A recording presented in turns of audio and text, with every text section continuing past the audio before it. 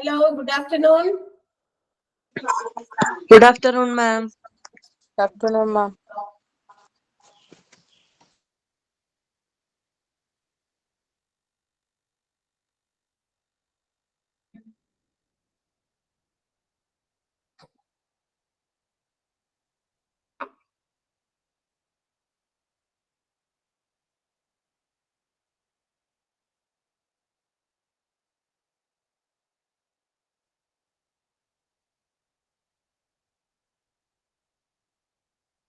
Okay, ready ആണോ?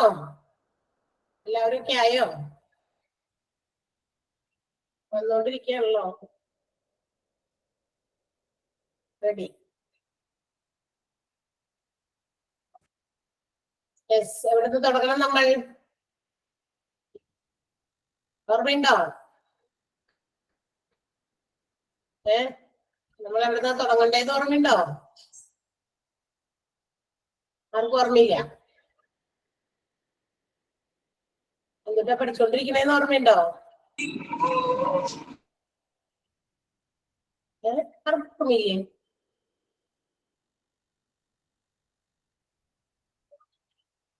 Administrative department in a hospital അല്ലേ? Administrative നമുക്കറിയാം. ഹോസ്പിറ്റൽ ഡിപ്പാർട്ട്മെന്റുകൾ ക്ലാസിഫൈ ചെയ്തിരിക്കുന്നത് മൂന്നായിട്ടാണ്: medical department, supporting department and administrative department അല്ലെ? അപ്പൊ അങ്ങനെ മൂന്നായിട്ട് ക്ലാസിഫൈ ചെയ്തിരിക്കുന്ന ഡിപ്പാർട്ട്മെന്റുകളിലെ medical department again sub divide ചെയ്തിട്ടുണ്ട്: IPD, OPD ആ രണ്ട് ഡിപ്പാർട്ട്മെന്റുകളും. അതുപോലെ തന്നെ സപ്പോർട്ടീവ് ഡിപ്പാർട്ട്മെന്റിൽ general, therapeutic, diagnostic and informative എന്ന് പറയുന്ന ആ ക്ലാസിഫിക്കേഷൻസും എല്ലാം നമ്മൾ പഠിച്ചു കഴിഞ്ഞു.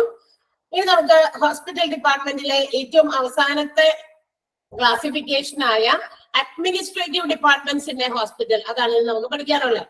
റൈറ്റ്? അവിടെ വരെ അല്ലേ എടുത്തേക്കണേ? അതല്ലേ എടുക്കാനുള്ളത്? ഒന്ന് കറക്റ്റ് ആയിട്ട് പറയൂ എല്ലാവരും. ആരെങ്കിലും ഇവിടം വരെ എത്താത്തവരുണ്ടാ? ഇല്ല. അപ്പൊ നമ്മൾ ഇവിടെ വരെയാണ് എടുത്തിരിക്കുന്നത്. So let's see what is the administrative department of a hospital. ഒരു ഹോസ്പിറ്റലിനകത്ത് അഡ്മിനിസ്ട്രേറ്റീവ്, എന്താ അഡ്മിനിസ്ട്രേഷൻ എന്ന് പറയുന്ന വാക്കിന്റെ അർത്ഥം? മാനേജ്മെന്റ് ആണ്. അതായത് അഡ്മിനിസ്ട്രേറ്റ് ചെയ്യുക, managing, controlling, organising every activities of a hospital.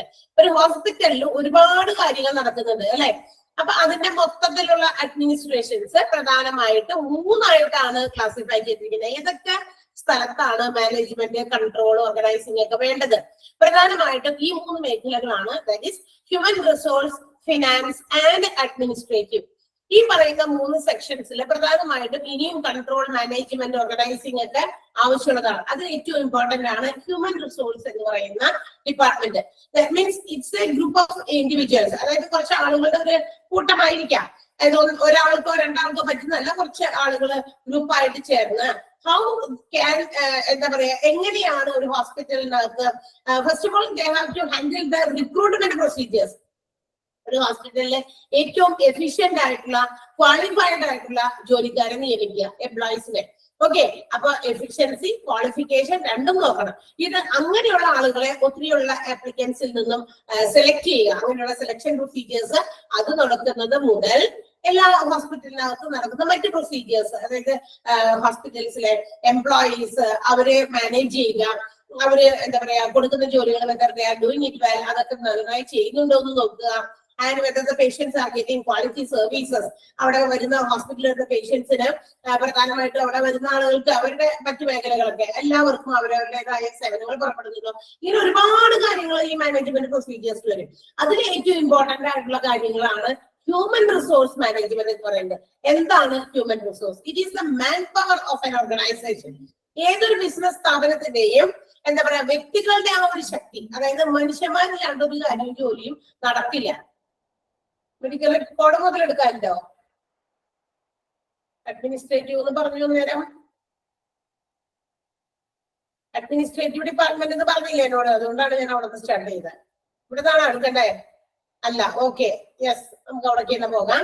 Medical department എടുത്തതാണോ? മെഡിക്കൽ റെക്കോർഡ് ഡിപ്പാർട്ട്മെന്റ് എടുത്താണോ? Recording of all the records and files of inpatients as well as out patients അത് എടുത്തിട്ടില്ല. ഓക്കെ, അവിടെ തുടങ്ങിയാണ്. എന്നോട് ആദ്യമേ പറഞ്ഞു, അതുകൊണ്ടാണ് ഞാൻ അവിടേക്ക് പോയത്. നിങ്ങളോട് കൂടി ഒന്ന് ചോദിച്ചിട്ട് ഞാൻ അത് കൺഫേം ചെയ്യാൻ വേണ്ടിയിട്ട് നമ്മൾ ക്ലാസ്സിൽ വരുമ്പോ ഒന്ന് ചോദിക്കണേ, തെറ്റ് പറയില്ലേ?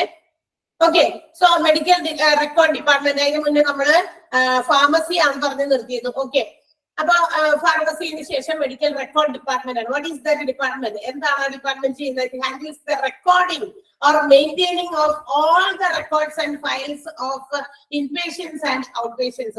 ഒരു ഹോസ്പിറ്റലിലെ ഇൻപേഷ്യൻസിന്റെയും ഔട്ട് പേഷ്യൻസിന്റെയും അവരെ സംബന്ധിക്കുന്ന എല്ലാ കാര്യങ്ങളുടെയും റെക്കോർഡുകൾ കീപ്പ് ചെയ്യുക, അത് മെയിൻറ്റെയിൻ ചെയ്ത് അങ്ങ് കൊണ്ടുപോകുക. അതായത് ഇൻപേഷ്യന്റ് ആയിട്ട് വരുന്ന പേഷ്യൻസ് അവരുടെ എന്തെങ്കിലുമൊക്കെ ഡീറ്റെയിൽസ്, ഒരുപാട് കാര്യങ്ങളുണ്ട് കളക്ട് ചെയ്ത് വെക്കാൻ, അത്തരം ഡീറ്റെയിൽസ് കളക്ട് ചെയ്ത് വെക്കണം. ഔട്ട് പേഷ്യൻസ്, വന്നു പോകുന്ന കണ്ടുപോകുന്ന പേഷ്യൻസിനെ കുറിച്ചിട്ടുള്ള ഡീറ്റെയിൽസ്, ഇതെല്ലാം റെക്കോർഡ് ചെയ്ത് സൂക്ഷിക്കുക മാത്രമല്ല ആ റെക്കോർഡ് ചെയ്ത് വെച്ചിരിക്കുന്ന കാര്യങ്ങളൊക്കെ മെയിൻറ്റെയിൻ ചെയ്യുക. അതൊക്കെ പ്രോപ്പർ ആയിട്ടാണോ മെയിൻറ്റെയിൻ ചെയ്തിരിക്കുന്നത് എന്നുള്ള കാര്യങ്ങളൊക്കെ നോക്കുക, അന്വേഷിക്കുക എന്നുള്ളതാണ് മെഡിക്കൽ റെക്കോർഡ് ഡിപ്പാർട്ട്മെന്റ് ചെയ്യുക. ആൻഡ് ഓൾസോ ഇതെന്തിനു വേണ്ടിയിട്ടാണ് ഇവർ ഈ ഒരു കാര്യം ചെയ്യുന്നത്? ഫോർ മെഡിക്കൽ സ്റ്റാറ്റിസ്റ്റിക്സ് ആണ്. അതായത് പിന്നീട് നമുക്ക് മെഡിക്കൽ സംബന്ധമായിട്ടുള്ള എന്തെങ്കിലും കണക്കെടുപ്പുകളൊക്കെ നടത്തണമെന്നുണ്ടെങ്കിൽ ഇപ്പൊ ഒരു വർഷത്തിൽ എത്രത്തോളം പേഷ്യൻസിന് നമ്മൾ ട്രീറ്റ്മെന്റ് കൊടുത്തു, എത്ര പേര് അതിനകത്ത് ഇൻപേഷ്യൻസ് ആയിട്ടുള്ളവരുണ്ടായിരുന്നു, അങ്ങനെയുള്ള സ്റ്റാറ്റിസ്റ്റിക്സ് ഒക്കെ ഉണ്ടാക്കാൻ, കണക്കെടുപ്പുകളൊക്കെ നടത്താൻ വേണ്ടിയിട്ടും and also for future reference, അതായത് ഭാവിയിൽ ഉണ്ടാകുന്ന ചില റെഫറൻസ് പഠനങ്ങൾക്ക് നമുക്ക് വേണമെങ്കിൽ അത് നോക്കി എന്തെങ്കിലും കാര്യങ്ങളിൽ നിഗമനങ്ങളിലേക്ക് എത്തണമെന്നുണ്ടെങ്കിൽ, കൺക്ലൂഷൻസിലേക്ക് എത്തണമെന്നുണ്ടെങ്കിൽ നമുക്ക് എടുത്ത് ഉപയോഗിക്കാം. അപ്പൊ അതിന് വേണ്ടിയിട്ട് നേരത്തെ തന്നെ ഇതൊക്കെ റെക്കോർഡ് ചെയ്ത് വെക്കണം. അല്ലാതെ ഇതെല്ലാം നമ്മൾ മനസ്സിൽ ഓർമ്മയിൽ സൂക്ഷിച്ചു വെച്ചാൽ നടക്കൊന്നുമില്ല. കാരണം അതൊക്കെ കുറെ കഴിയുമ്പോൾ ഡിലീറ്റ് ചെയ്ത് പോകും. നമ്മളുടെ ഓർമ്മയിൽ സൂക്ഷിച്ചു വെച്ചാൽ അതൊന്നും അത്രയും എത്ര കാലം നമുക്ക് അതൊക്കെ ഓർത്ത് വെക്കാൻ പറ്റും നമുക്ക് അറിയാൻ പറ്റില്ല. അതുകൊണ്ടാണ് നമ്മൾ ഇതെല്ലാം ഇന്ന് ഇൻഫർമേഷൻ ടെക്നോളജി, കമ്പ്യൂട്ടറിന്റെ സഹായത്തോടെ ഇതൊക്കെ സേവ് ചെയ്ത് റെക്കോർഡ് ചെയ്തൊക്കെ വെക്കുന്നുണ്ട്. And they can be used for medical statistics and also for future reference, ഭാവിയിലുള്ള റെഫറൻസിനും അതുപോലെ തന്നെ മെഡിക്കൽ സ്റ്റാറ്റിസ്റ്റിക്സ് കണക്കെടുപ്പ് നടത്താൻ വേണ്ടിയിട്ട്, അത് കണക്ക് സംബന്ധമായിട്ടുള്ള എന്തെങ്കിലും കാര്യങ്ങളൊക്കെ നോക്കി പേഷ്യൻസിന്റെ എണ്ണത്തിനെ കുറിച്ചോ മറ്റു കാര്യങ്ങളൊക്കെ എടുക്കണമെങ്കിലും അതൊക്കെ റെഫർ ചെയ്യാനൊക്കെ നമുക്ക് ഈ മെഡിക്കൽ റെക്കോർഡ്സ് സഹായിക്കും. അതൊക്കെ കൃത്യമാക്കി വെക്കുന്നുണ്ടോ, കീപ്പ് ചെയ്യുന്നുണ്ടോ, അതുപോലെ തന്നെ അതൊക്കെ മെയിൻറ്റെയിൻ ചെയ്യുന്ന കാര്യത്തിലൊക്കെ ഒരു ശ്രദ്ധ വേണ്ട ഡിപ്പാർട്ട്മെന്റ് ആണ് മെഡിക്കൽ റെക്കോർഡ് ഡിപ്പാർട്ട്മെന്റ് എന്ന് പറയുന്നത്. മനസ്സിലായോ? മെഡിക്കൽ റെക്കോർഡ് ഡിപ്പാർട്ട്മെന്റ് മനസ്സിലായോ? Yes, external medical maintenance and engineering. We know that the hospital requires a large number of machines, equipments, whether it is steel, plumbing, air conditioning, electrical work. Okay, ഒത്തിരി മെഷീൻസും മറ്റ് എക്യുപ്മെന്റുകളൊക്കെ ഉപയോഗിക്കുന്ന ഒരു സ്ഥലമാണ് hospital എന്ന് പറയുന്നത്. അപ്പൊ ഇവിടെയുള്ള മെഷീൻസ് ഒക്കെ working it goes break down അല്ലെ, ചിലപ്പോഴൊക്കെ ഇതിന് ബ്രേക്ക് ഡൗൺ സംഭവിക്കും. So it needs repairments. അപ്പൊ അങ്ങനെയുള്ള കാര്യങ്ങളൊക്കെ ബ്രേക്ക് ഡൗൺ ആയിപ്പോയി കഴിഞ്ഞു കഴിഞ്ഞാൽ അത് ഹോസ്പിറ്റലിന്റെ സ്മൂത്ത് ഫംഗ്ഷനിങ്ങിനെ ബാധിക്കും അല്ലെ. കൃത്യമായ സമയത്ത് അപ്പൊ കൃത്യമായ രീതിയിലുള്ള കാര്യങ്ങൾ നടക്കാൻ പറ്റില്ല. ഇപ്പൊ ഒരു കാർഡിയോളജി വിഭാഗത്തിൽ ഉപയോഗിക്കുന്ന എക്കോ കാർഡിയോഗ്രാമിന്റെ മെഷീൻ എന്തെങ്കിലും കംപ്ലൈന്റ് വന്നു, അപ്പൊ നമ്മൾ എന്ത് ചെയ്യും? അത്രയും അപ്പൊ ആ പേഷ്യൻസ് അടുത്തടുത്ത് ചെയ്യാനുള്ളവർക്ക് അപ്പൊ അത് കുറച്ച് ഡിസ്റ്റർബ്ഡ് ആകും അല്ലെ, എല്ലാ ഫംഗ്ഷനിങ്ങും വെച്ചിട്ട് ഡിസ്റ്റർബ്ഡ് ആകും. അപ്പൊ അത്തരം കാര്യങ്ങളൊക്കെ ഇല്ലാതിരിക്കാനായിട്ട് സ്മൂത്ത് ഫംഗ്ഷനിങ്ങിന് വേണ്ടിയിട്ട് all the machines or equipments have to be repaired from time to time. എന്തെങ്കിലും റിപ്പയർമെന്റുകളൊക്കെ ആവശ്യമുണ്ടെങ്കിൽ ഒട്ടും തന്നെ ഡിലേ വരുത്താതെ ഇതെല്ലാം റിപ്പയർ ചെയ്ത് സൂക്ഷിക്കാൻ ഏറ്റവും റെസ്പോൺസിബിൾ ആയിട്ടുള്ള ഒരു ഡിപ്പാർട്ട്മെന്റ് ആണ്. ഇവരെല്ലാം ഇത് റിപ്പയർ ചെയ്യേണ്ടത്. ഇത് റിപ്പയർ ചെയ്യാനുള്ള ആളുകളെ നമുക്ക് എവിടെ നിന്ന് അവൈലബിൾ ആക്കാം, അതിന് വേണ്ടിയിട്ടുള്ള ഡീറ്റെയിൽസ് കളക്ട് ചെയ്ത് വെക്കുക. അവരുടെ ഫോൺ നമ്പേഴ്സ് കോൺടാക്ട് ചെയ്യാനുള്ള മാർഗം ഏതാണോ അത് നമ്മൾ സൂക്ഷിച്ചു വെച്ചിരിക്കണം. അറ്റ് ദാറ്റ് ടൈം അവിടെ എന്തെങ്കിലും ഇപ്പൊ പ്ലംബിങ്ങിൽ എന്തെങ്കിലും കുഴപ്പമുണ്ട്, അവിടെ എന്തെങ്കിലും എന്താ പറയാ വാഷ് ബേസൊക്കെയോ അല്ലെങ്കിൽ വാട്ടർ പോകുന്ന സ്ഥലത്തോ അങ്ങനെ എന്തെങ്കിലുമൊക്കെ ലീക്കേജോ മറ്റു കാര്യങ്ങളൊക്കെ വന്നു കഴിഞ്ഞാൽ അത് നമ്മുടെ ഹോസ്പിറ്റലിന്റെ ആകെ മൊത്തം എന്താ പറയാ കാര്യങ്ങളൊക്കെ ഇതാകും. വില്ലേജ് ഒക്കെ വന്നു കഴിഞ്ഞാൽ നമുക്കറിയാലോ ഹോസ്പിറ്റൽസില് രോഗങ്ങൾ സ്പ്രെഡ് ചെയ്യാൻ ഏറ്റവും അധികം ചാൻസ് കൊടുക്കുന്ന സ്ഥലം തന്നെയാണ്. അപ്പൊ പ്രോപ്പർ ആയിട്ടുള്ള എന്താ പറയാ നീറ്റ്നെസ്സും ക്ലെൻലിനെസ്സും ഇല്ല എങ്കിൽ ഈ വില്ലേജ് ഒക്കെ വന്നു കഴിഞ്ഞാൽ വെള്ളം എവിടെയെങ്കിലൊക്കെ എന്തെങ്കിലും സാധനം പൊട്ടി ഒഴിച്ചാൽ തന്നെ അവിടെയൊക്കെ എന്താ പറയാ രോഗാണുക്കളൊക്കെ വന്ന് പെരുകാനും അത് ഹോസ്പിറ്റൽ അകത്തേക്ക് മൊത്തം നിറയാനൊക്കെ സാധ്യതയുണ്ട്. സോ ഇതൊക്കെ എന്താണ് കൃത്യമായിട്ട് അപ്പൊ തന്നെ നമ്മൾ എന്തെങ്കിലും ഇതുപോലെയുള്ള കാര്യങ്ങൾ വന്നിട്ടുണ്ടെങ്കിൽ എന്ത് ചെയ്തോണ്ടിരിക്കണം, പ്രിപ്പയർ ചെയ്തോണ്ടിരിക്കണം. ഓക്കെ, അപ്പൊ റിപ്പയർമെന്റിന് വേണ്ട ആളുകളുടെ ഡീറ്റെയിൽസ് അവരുടെ കയ്യിലുണ്ടായിരിക്കണം. അല്ലെങ്കിൽ ഇത്തരം കാര്യങ്ങൾ സംഭവിച്ചാൽ ഫസ്റ്റ് ഓഫ് ഓൾ എല്ലാവരും ആരെയാണ് സമീപിക്കേണ്ടത്? മെയിൻ്റനൻസ് ആൻഡ് എഞ്ചിനീയറിംഗ് വർക്ക്സുകാരെ തന്നെയാണ്. കാരണം അവരാണ് ഇതിന്റെ റെസ്പോൺസിബിൾ, അവരോടെ മീറ്റ് ചെയ്യുള്ളൂ. അല്ലാണ്ട് ഹോസ്പിറ്റലിലെ മറ്റ് ആളുകൾ പോയിട്ട് ഇതിനു വേണ്ടിയിട്ടുള്ള പ്ലംബിംഗ് കാരനെയോ അല്ലെങ്കിൽ AC വർക്ക് ചെയ്യുന്ന എയർ കണ്ടീഷൻ ചെയ്യിപ്പിക്കുന്ന അല്ലെങ്കിൽ അതിന്റെ വർക്ക് അറിയാവുന്ന ആളെ നമ്മൾ പോയി കണ്ടെത്തണ്ട. It's their duty. Medical maintenance and എഞ്ചിനീയറിംഗുകാരുടെ ഡ്യൂട്ടിയാണ് ഇവിടെ എന്തെങ്കിലുമൊക്കെ ഹോസ്പിറ്റൽസ് ഇത്തരം മെയിൻ്റനൻസ് ഒക്കെ ഉണ്ടെങ്കിൽ ഹാവ് ടു ബി ഡൺ. അത് അവരെ വിളിച്ചു കൊണ്ടത് എന്താ പറയാ അതൊക്കെ ക്ലിയർ ആക്കേണ്ട ഒരു ഉത്തരവാദിത്തമാണ്. ആൻഡ് ഹോസ്പിറ്റൽസിൽ എന്തെങ്കിലുമൊക്കെ പുതിയ പ്രോജക്റ്റുകളൊക്കെ പുതിയ എന്തെങ്കിലും മെഷീൻസ് കൊണ്ടത് ഇൻസ്റ്റാൾ ചെയ്യുന്നോ അതിന് വേണ്ടിയിട്ടുള്ള സൗകര്യങ്ങളും മറ്റു കാര്യങ്ങളൊക്കെ ഒരുക്കേണ്ടതും ഒക്കെ ഇവരിലൂടെയാണ്. അപ്പൊ ഇവരാണ് അതിന്റെ എഞ്ചിനീയറിംഗ് വർക്കൊക്കെ ഇവർക്ക് അറിയാവുന്നത് കൊണ്ട് ഇവര് ഇതിന്റെ കാര്യങ്ങളൊക്കെ ഡീറ്റെയിൽസ് ഒക്കെ കളക്ട് ചെയ്ത് വെച്ച് അതിന് വേണ്ടിയിട്ടുള്ള പ്രോപ്പർ പ്ലാൻസും അവർ എന്ത് ചെയ്യുന്നുണ്ട്, ഉണ്ടാക്കുന്നുണ്ട്. അപ്പൊ ഇതാണ് medical maintenance and recording. After all നമ്മൾ പറയുകയാണെങ്കിൽ ഇത് എന്താ പറയാ to make the hospital in operable condition എന്ന് വെച്ചാൽ എന്താ, പ്രവർത്തനം നിരതമാക്കി എപ്പോഴും ഇരുത്തുക ആരെ ഹോസ്പിറ്റൽസിന് എന്ന് വെച്ചാൽ പ്രവർത്തനരഹിതമായിട്ട് ഇരിക്കാൻ പാടില്ല. കാരണം അവിടെയുള്ള മെഷീൻസ് എല്ലാം തന്നെ കൃത്യമായി വർക്ക് ചെയ്താൽ മാത്രമാണ് പ്രവർത്തനം നിരതമാകുള്ളൂ അല്ലെ. എപ്പോഴും ഇങ്ങനെ ആക്റ്റീവായിട്ട് പ്രവർത്തിച്ചുകൊണ്ടിരിക്കുന്ന ആ ഒരു സ്ഥലത്ത് എന്തെങ്കിലും ഇതുപോലുള്ള മെഷീൻസിന്റെ ബ്രേക്ക് ഡൗൺ കാരണം പെട്ടെന്ന് എന്ത് ചെയ്യുക, സ്റ്റക്ക് ആയി പോകുക. അപ്പൊ അത് ഹോസ്പിറ്റലിന്റെ മൊത്തം ഓപ്പറേഷൻസിനെ ബാധിക്കും. So they have to make sure that all the machines and equipments are in operable condition, എല്ലാം പ്രവർത്തന നിരതമാണ് എന്ന് ഉറപ്പുവരുത്തേണ്ടത് medical maintenance and engineering department ആണ്. ക്ലിയർ ആണോ? മനസ്സിലായോ? ഒന്നുമില്ലല്ലോ, ആരും പോയാ, എല്ലാവരും ഉറങ്ങിപ്പോയാ? ഏത് ഇതായാലും ഇലക്ട്രിസിറ്റി ആയിക്കോട്ടെ, സ്റ്റീൽ വർക്ക് ആയിക്കോട്ടെ, പ്ലംബിംഗ് ആയിക്കോട്ടെ, AC ആയിക്കോട്ടെ, എന്ത് മെഷീൻസ് കേടായാലും റിപ്പയർ ചെയ്ത് അപ്പൊ തന്നെ, അതായത് ഇന്ന് വിളിച്ചാൽ 2 ദിവസം കഴിഞ്ഞ് റിപ്പയർ ചെയ്യാൻ പറ്റുന്ന ആൾ വന്നാൽ പോരാ, അപ്പൊ തന്നെ ഒട്ടും തന്നെ സമയം റെഡ്യൂസ് ചെയ്യാതെ തന്നെ എന്ത് ചെയ്യണം, അവര് വന്നത് ചെയ്യണം എന്നുള്ളതാണ്. Okay, next one purchasing department of material management ആണ്. we know that ഹോസ്പിറ്റലില് ഇഷ്ടംപോലെ സപ്ലൈസ്, അതായത് ഒരുപാട് സാധനങ്ങൾ, എക്യുപ്മെന്റ്സ് ആയിക്കോട്ടെ, മെഡിസിൻസ് ആയിക്കോട്ടെ, ഒത്തിരി സാധനങ്ങൾ വാങ്ങിക്കാനുണ്ട് അല്ലെ. ഇതെല്ലാം പർച്ചേസ് ചെയ്യുന്നത് ഈ ഡിപ്പാർട്ട്മെന്റിലൂടെയാണ്. whatever supplies or equipments which are required for the hospital, the purchasing department or material management department is responsible to make all the purchases. ഇത്തരം എല്ലാ സാധനങ്ങളും വാങ്ങിക്കാനുള്ള അറേഞ്ച്മെന്റുകൾ നടത്തേണ്ടത് പർച്ചേസിംഗ് ഡിപ്പാർട്ട്മെന്റ് ആണ്. എന്തൊക്കെ വാങ്ങിക്കാനുണ്ട് അതെല്ലാം. ഓക്കെ, അതാണ് പർച്ചേസിംഗ് ഡിപ്പാർട്ട്മെന്റ്. ക്ലിയർ ആയോ? അത്രേ ഉള്ളൂ, വേറെ ഒന്നുമില്ല പറയാനായിട്ട്. പർച്ചേസ് ചെയ്യുന്ന സാധനങ്ങളെല്ലാം തന്നെ ഇവരിലൂടെയാണ്. ഇവരറിയാവുന്ന ഒരു സാധനവും ഹോസ്പിറ്റൽസിൽ വേണ്ടത്, ഹോസ്പിറ്റലിനെ ഓപ്പറബിൾ കണ്ടീഷൻസിലേക്ക് ആക്കാൻ വേണ്ട എന്ത് സാധനങ്ങൾ വാങ്ങിക്കുന്നോ അത് അറിയേണ്ടത് ഈ ഒരു ഡിപ്പാർട്ട്മെന്റ് ആണ്. ഇതിലൂടെയാണ് ഇതെല്ലാം പർച്ചേസ് ചെയ്യുന്നത്. ഹോസ്പിറ്റലിൽ കിടക്കുന്ന രോഗിക്ക് ചോറ് വാങ്ങിച്ചുകൊണ്ട് ഭക്ഷണം വാങ്ങിച്ചുകൊണ്ട് കൊടുക്കുന്നത് അതിനകത്ത് പറ്റില്ല കേട്ടോ.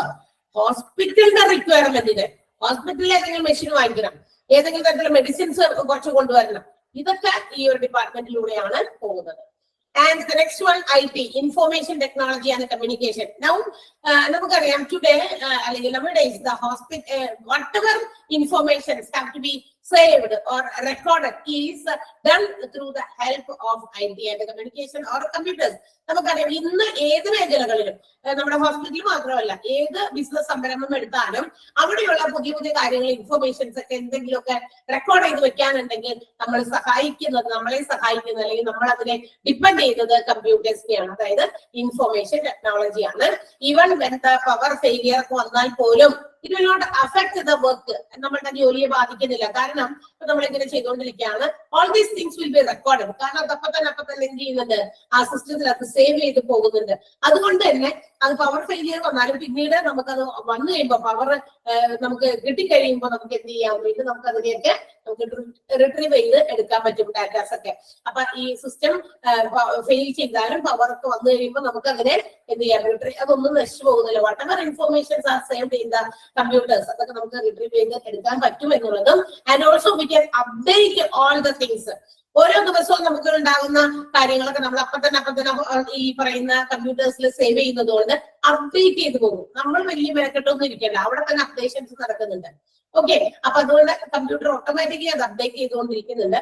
അതുകൊണ്ട് എപ്പോ വേണമെങ്കിലും നമുക്ക് whenever we are wishing or willing to take any data, അതൊക്കെ നമുക്ക് എപ്പോ വേണമെങ്കിലും എടുക്കാൻ അല്ലെങ്കിൽ തരാൻ പാകത്തിന് അതൊക്കെ അവിടെ റെക്കോർഡഡ് ആണ്. And also effective online service are also provided nowadays. ഇന്ന് ഏറ്റവും കൂടുതൽ ആളുകൾ ആശ്രയിക്കുന്ന ഒരു കാര്യമാണ്.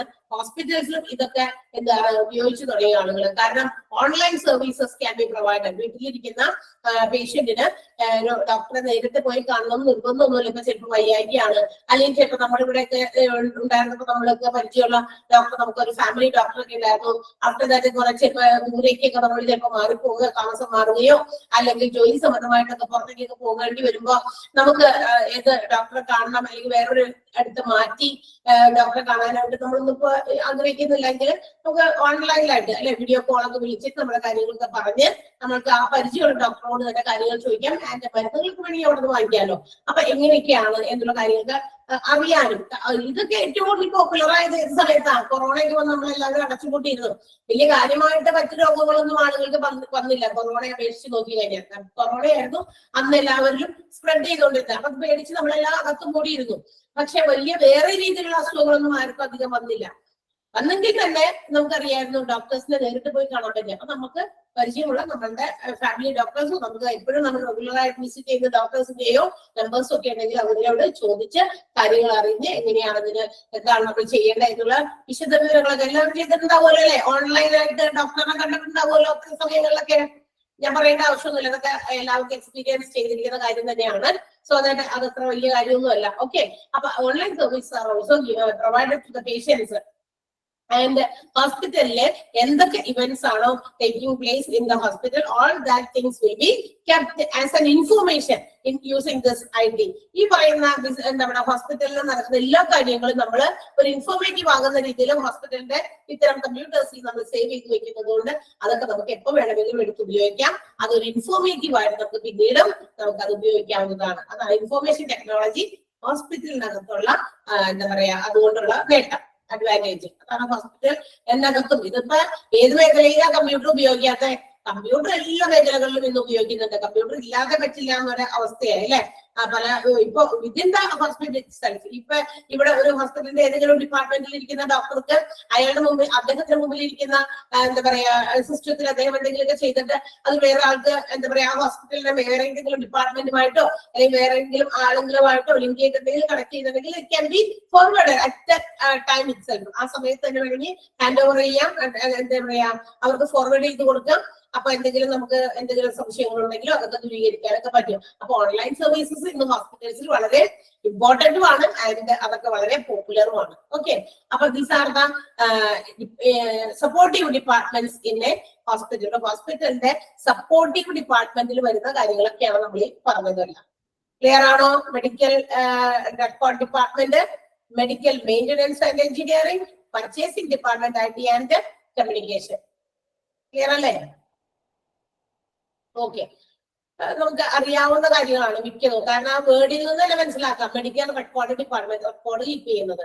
മെഡിക്കൽ മെയിന്റനൻസ് എഞ്ചിനീയറിംഗ്, അപ്പൊ ഡേ ടു ഡേ ഓപ്പറേഷൻസിൽ നടക്കുന്ന എന്തെങ്കിലും മെഷീൻസിനൊക്കെ എന്തെങ്കിലും തരത്തിലുള്ള തകരാറുകൾ വന്ന റിപ്പയർമെന്റ്.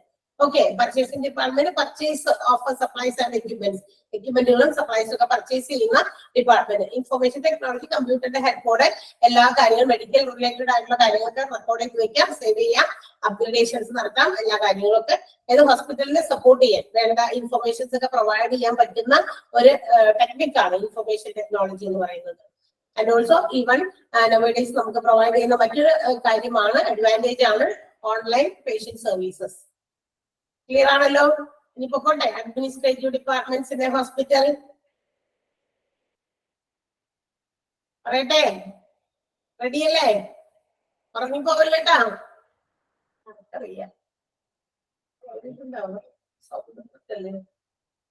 സൗണ്ടിന് വല്ല കുഴപ്പമുണ്ടോ? ഞാൻ എടുക്കുമ്പോ സൗണ്ട് ബ്രേക്ക് ആവുന്നൊന്നുമില്ലല്ലോ? ഇല്ലല്ലോ, ഓൾമോസ്റ്റ് കൊടുത്തിട്ടുണ്ടായിരുന്നില്ല, ബ്രേക്ക് ഒന്നും ഇല്ല. യെസ്, നൗ നമ്മുടെ അഡ്മിനിസ്ട്രേറ്റീവ് ഡിപ്പാർട്ട്മെന്റിൽ നമുക്ക് എടുക്കാം. അഡ്മിനിസ്ട്രേറ്റീവ് എന്ന് പറയുമ്പോൾ അതിൽ നിന്ന് തന്നെ നമുക്ക് മനസ്സിലാക്കാം it's the management, proper management. പ്രധാനമായിട്ടും മാനേജ്മെന്റ് ആവശ്യമുള്ള പ്രധാനമായിട്ടൊരു ഹോസ്പിറ്റലിലെ ഏറ്റവും പ്രധാനപ്പെട്ട 3 മേഖലകളാണ്. ഒന്ന് ഹ്യൂമൻ റിസോഴ്സ്, 2 ഫിനാൻസ്, പിന്നെ administration as a whole. Administrative എന്ന് പറയുന്നത് human resource, it's the man power in an organisation. ഹോസ്പിറ്റൽസിൽ മാത്രമല്ല ഒരുപാട് ബിസിനസ് സംരംഭങ്ങൾ നമുക്ക് ചുറ്റുമുണ്ട്. ഇവിടെയൊക്കെ എത്ര കണ്ട് ടെക്നോളജി ഡെവലപ്ഡ് ആയി എന്ന് പറഞ്ഞാലും without human being to operate each and every machines. എന്ത് തരത്തിലുള്ള പുതിയ പുതിയ മെഷീൻസ് കൊണ്ടുവന്ന് റീപ്ലേസ് ചെയ്താലും ഇതൊക്കെ ഓപ്പറേറ്റ് ചെയ്യാനുള്ള ആളുകളില്ലാണ്ട് ഒരു ബിസിനസ് സംരംഭവും മുന്നോട്ട് പോകില്ല. മനുഷ്യന്മാർ എന്തായാലും ആവശ്യമുണ്ട്.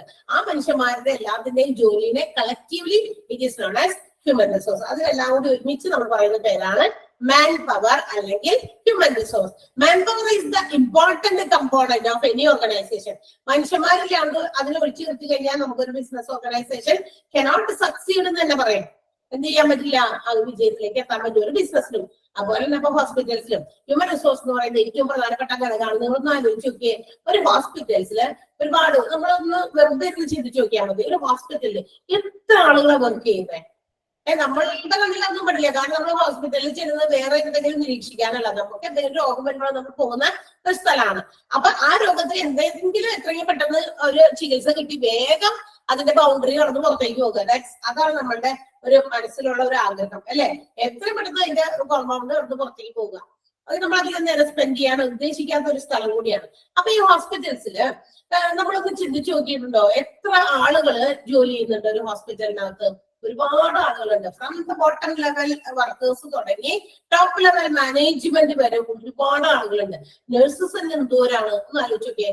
And each and every department handle ചെയ്യുന്ന എത്ര ഡോക്ടേഴ്സ് ഉണ്ടായിരിക്കും, അല്ലെ? ക്ലീനിങ്ങും മറ്റു കാര്യങ്ങളും ഒക്കെ ചെയ്യുന്ന എത്ര ജോലിക്കാർ അവിടെയുണ്ട്, അല്ലെ? ലോണ്ടറി നടത്തുന്ന എത്ര ആൾക്കാരുണ്ട്? ഒരുപാട്. സ്റ്റെറിലൈസേഷൻ ഡിപ്പാർട്ട്മെന്റ്, ഓരോ ഡിപ്പാർട്ട്മെന്റ് വൈസിലും ഓരോ ജോലിക്കാരുണ്ട്. അപ്പോൾ നമുക്കറിയാം ഈച്ച് ആൻഡ് എവറി ഈ പറയുന്ന ഡിപ്പാർട്ട്മെന്റുകളിലൊക്കെ ഇഷ്ടം പോലെ ജോലിക്കാരുണ്ട്. ഇവരെയൊക്കെ how they have to be recruited. എങ്ങനെയാണ് ഇവരെ റിക്രൂട്ട് ചെയ്യുന്നത്?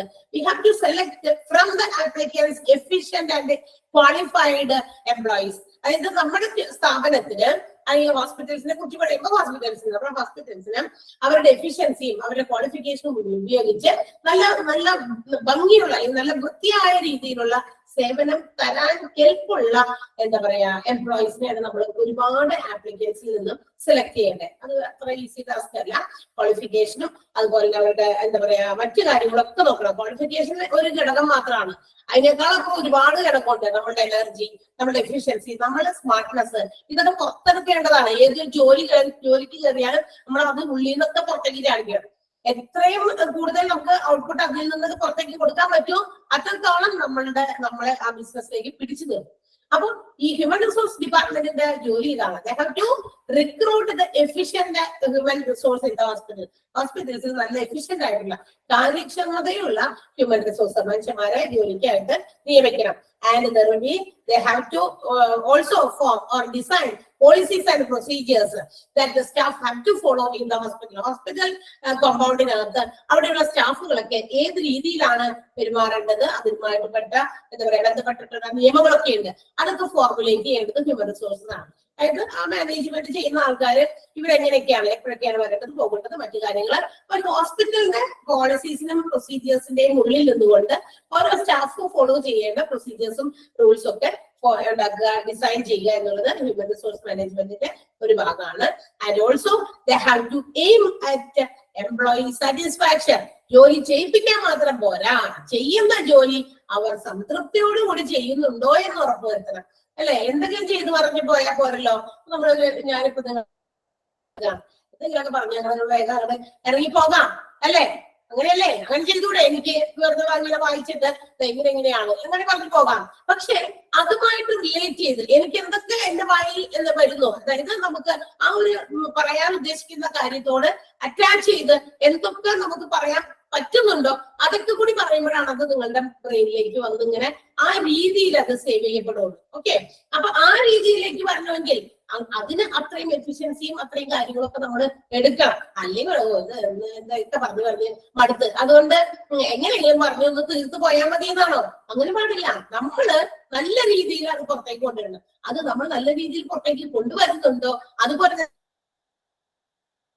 ഞാൻ ചെയ്യുന്ന ജോലിയോട് ഞാൻ സംതൃപ്തയാണോ എന്നൊക്കെ ഒന്ന് അറിയണം ഇടയ്ക്കിടയ്ക്ക്, അല്ലെ? അത് ഹ്യൂമൻ റിസോഴ്സ് മാനേജ്മെന്റുകാരാണ് അതൊക്കെ മാനേജ് ചെയ്യേണ്ടത്. കാരണം നമ്മൾ ജോലി ചെയ്യുമ്പോൾ ആ ജോലിയോട് ഉള്ള ആത്മാർത്ഥത, അതുപോലെ തന്നെ അതിനോടുള്ള റെസ്പോൺസിബിലിറ്റി, ഉത്തരവാദിത്തം, ഇതൊക്കെ അങ്ങോട്ട് കൊടുക്കുമ്പോൾ അത് കൊടുക്കുന്ന ആൾക്ക് അതിൽ സംതൃപ്തമാണോ, ഹാപ്പി ആണോ, സുഖമാണോ എന്നുള്ള കാര്യങ്ങളും ഇടയ്ക്കൊന്ന് അന്വേഷിക്കുക. And also good working conditions, നമുക്ക് ജോലി ചെയ്യാൻ പറ്റിയ ഒരു നല്ല വർക്കിംഗ് അന്തരീക്ഷം ഉണ്ടാക്കി തരിക അല്ലെ. അപ്പൊ അത് നമ്മളിപ്പോ ജോലി ചെയ്യാനിരിക്കുമ്പോൾ നമുക്ക് ഇരിക്കുന്ന ചുറ്റുപാടുകള്, നമുക്ക് എന്താ പറയാ, കുറച്ച് സൈലൻസ് വേണം, ഒച്ചയും ബഹളമൊന്നും ഉണ്ടാകാൻ പാടില്ല. നമ്മളൊരു ക്ലാസ് പഠിപ്പിക്കുകയാണല്ലോ, അപ്പൊ ഞാൻ ഇങ്ങനെ എടുക്കുന്ന ഒച്ചയ്ക്ക് നിങ്ങളുടെ അടുത്തേക്ക് റിസീവ് ചെയ്യണമെങ്കിൽ എനിക്ക് മറ്റു ഡിസ്റ്റർബൻസുകൾ പാടില്ല. അത് ഡിസ്റ്റർബ് ആയി കഴിഞ്ഞാൽ മറ്റേതെങ്കിലും തരത്തിലുള്ള സൗണ്ടുകൾ എന്നെ ഡിസ്റ്റർബ് ചെയ്ത് കഴിഞ്ഞാൽ എന്റെ ശ്രദ്ധ അങ്ങോട്ടേക്കൊക്കെ പോകും, ഇടയ്ക്കിടയ്ക്കൊക്കെ അങ്ങനെ പോകും അല്ലെ, എന്തെങ്കിലുമൊക്കെ വരുമ്പോ. ഇപ്പൊ നമ്മളിപ്പോ ഓൺ മ്യൂട്ട് ഒക്കെ കൊടുത്തിരിക്കുന്നതുകൊണ്ട് അങ്ങനെയൊന്നും വലിയ കാര്യങ്ങളൊന്നും വരാറില്ല. അല്ലെങ്കിൽ എന്തെങ്കിലും സൗണ്ട് വന്നാൽ നമ്മൾ അങ്ങോട്ടേക്ക് പെട്ടെന്ന് ശ്രദ്ധിക്കും. അപ്പൊ അങ്ങനെയൊക്കെ വന്നു കഴിഞ്ഞാൽ അതൊക്കെ എന്താ പറയാ, നമുക്ക് ഒരു ഗുഡ് വർക്കിംഗ് കണ്ടീഷൻ അല്ല. നമുക്കൊരു നമ്മുടെ ഒരു ചുറ്റുപാട് സാഹചര്യങ്ങൾ നമുക്ക് അനുകൂലമല്ലായിരിക്കും. പക്ഷെ അനുകൂലമായ സാഹചര്യങ്ങൾ എംപ്ലോയീസിന് ജോലി സ്ഥലത്ത് ഉണ്ടാക്കി കൊടുക്കാം. And sometimes they have to be provided monetary or non monetary benefits. എംപ്ലോയീസിന് ഇടയ്ക്കൊക്കെ എന്ത് ചെയ്യാം, കാശായിട്ടോ കാശല്ലാത്ത രീതിയിലോ ഇടയ്ക്ക് ചില ബെനിഫിറ്റുകൾ, ചില എക്സ്ട്രാ പേയ്മെന്റുകൾ കാശായിട്ട് കൊടുക്കാം, കാശല്ലാത്ത രീതിയിലും. അപ്പൊ കാശല്ലാത്ത രീതിയിൽ എങ്ങനെ കൊടുക്കും? ഇടയ്ക്ക് ഒരു ടൂറൊക്കെ കൊണ്ടുപോകാം, എല്ലാവരെയും വിളിച്ചു കൂട്ടി നമ്മുടെ ഈ ഓർഗനൈസേഷനിൽ നിന്ന് ഇങ്ങനെ ഒരു ട്രിപ്പ്, ഒരു ദിവസം ഒരു 1 ഡേ, അല്ലെങ്കിൽ ഒരു നേരത്തെ ഒരു ഫുഡ് കഴിക്കാൻ വേണ്ടി ഒരു ഔട്ടിങ്, അത്രയും മാത്രം. അങ്ങനെയൊക്കെ. അപ്പൊ ഇടയ്ക്കിടയ്ക്ക് ഇങ്ങനെ ഒരു എൻകറേജ്മെന്റ് കൂടെ കിട്ടുമ്പോൾ അവിടെ ഒരു നമ്മൾ സേഫ് ആണ്, സെക്യൂർഡ് ആണ്, നമ്മുടെ കാര്യങ്ങളും അതുപോലെ നമുക്ക് എന്തെങ്കിലും തരത്തിലുള്ള ബുദ്ധിമുട്ടുകളൊക്കെ ഫേസ് ചെയ്യാതെ അവർ നമ്മുടെ കാര്യങ്ങൾ ഇടയ്ക്ക് അന്വേഷിക്കുന്നുണ്ട്. അതൊക്കെ അത്തരം കാര്യങ്ങളൊക്കെ നമ്മളെ ആ ഒരു ഓർഗനൈസേഷനിൽ പിടിച്ചിരുത്തും. അല്ലാതെ എന്ത് ചെയ്യും, ഒരു ജോലി മാത്രം ജോലി അല്ലെ, നമ്മളെ കൊണ്ട് ജോലി ചെയ്യിക്കുക മാത്രമാണ്. പക്ഷെ നമ്മളുടേതായ ഫീലിങ്സോ, ഒരു മനുഷ്യന് ഒരുപാട് ഫീലിങ്സും അതുപോലെ തന്നെ സങ്കടങ്ങളും അതുപോലെ ഒത്തിരി കാര്യങ്ങളൊക്കെ ഉണ്ട്. അപ്പൊ അതൊക്കെ നമ്മൾ വേണ്ടാന്ന് വെക്കുക, ഈ അതൊന്നും അറിയാതെ നമ്മൾ ഇവിടെ വന്നിട്ട് അത് മാത്രം ചെയ്യുക. അപ്പൊ അതൊരു എന്താ പറയാ, നമ്മളെ കൊണ്ട് ഫോഴ്സ് ചെയ്ത് എന്തൊക്കെയോ ചെയ്യിപ്പിക്കുന്ന പോലെ നമ്മൾ ഭയങ്കര ഒരു എന്താ പറയാ ഡിസ്റ്റർബ്ഡ് ആയിരിക്കും മൈൻഡ്. അപ്പൊ ആ രീതിയിൽ ഡിസ്റ്റർബ്ഡ് ആയിട്ടിരിക്കുന്ന അവസ്ഥയിൽ നമുക്ക് കൃത്യമായ രീതിയിൽ നമുക്ക് ഒന്നും മറ്റുള്ളവരിലേക്ക് കമ്മ്യൂണിക്കേറ്റ് ചെയ്യാൻ പറ്റില്ല, പഠിപ്പിക്കാൻ പറ്റില്ല. മര്യാദക്ക് എന്ത് ചെയ്യാൻ ജോലിയാണ് ചെയ്യുന്നത് അത് കൃത്യമായ രീതിയിൽ സന്തോഷത്തോടെ ചെയ്യുമ്പോഴാണ് അതൊരു സ്മാർട്ട് വർക്കും ഹാർഡ് വർക്കും ഒക്കെ ഉണ്ട്. സ്മാർട്ട് വർക്ക് എപ്പോഴാണ് നമ്മളത് കൃത്യമായിട്ട് ആസ്വദിച്ച് ചെയ്യുമ്പോൾ it becomes a smart work. Hard വർക്കാണല്ലോ, എങ്ങനെയെങ്കിലും ഒന്ന് തീർന്നു പോയാൽ മതി എന്നൊക്കെ വിചാരിച്ചൊക്കെ വന്ന് എന്തൊക്കെയോ അതൊക്കെ പറഞ്ഞ് ഭയങ്കര എന്താ പറയാ മടിയൻ മല ചുമക്കുന്ന പോലെയുള്ള കാര്യങ്ങളൊക്കെ ചെയ്തൊക്കെ പോകുമ്പോൾ അതെന്തായി, അത് ഹാർഡ് വർക്കായി. നമുക്കൊന്നും തൃപ്തിയില്ല, കേട്ടവരും എന്തൊക്കെയോ ആണെന്ന് വിചാരിക്കുന്നു അല്ലെ. അപ്പൊ അങ്ങനെയുള്ള കാര്യങ്ങൾ അങ്ങനെ വരുമ്പോക്കെ അവർക്ക് അതൊക്കെ ഒരു എന്താ പറയാ ഇൻസ്പിറേഷൻ ആണ്. ആ ഇൻസ്പിറേഷൻസ് കിട്ടുന്നത് ഇത്തരം മോണിറ്ററി നോൺ മോണിറ്ററി ബെനിഫിറ്റുകളിൽ നിന്നുണ്ട്. ഇടയ്ക്കിടയ്ക്ക് ഇങ്ങനെ വല്ല ടൂറൊക്കെ കൊണ്ടുപോകാം.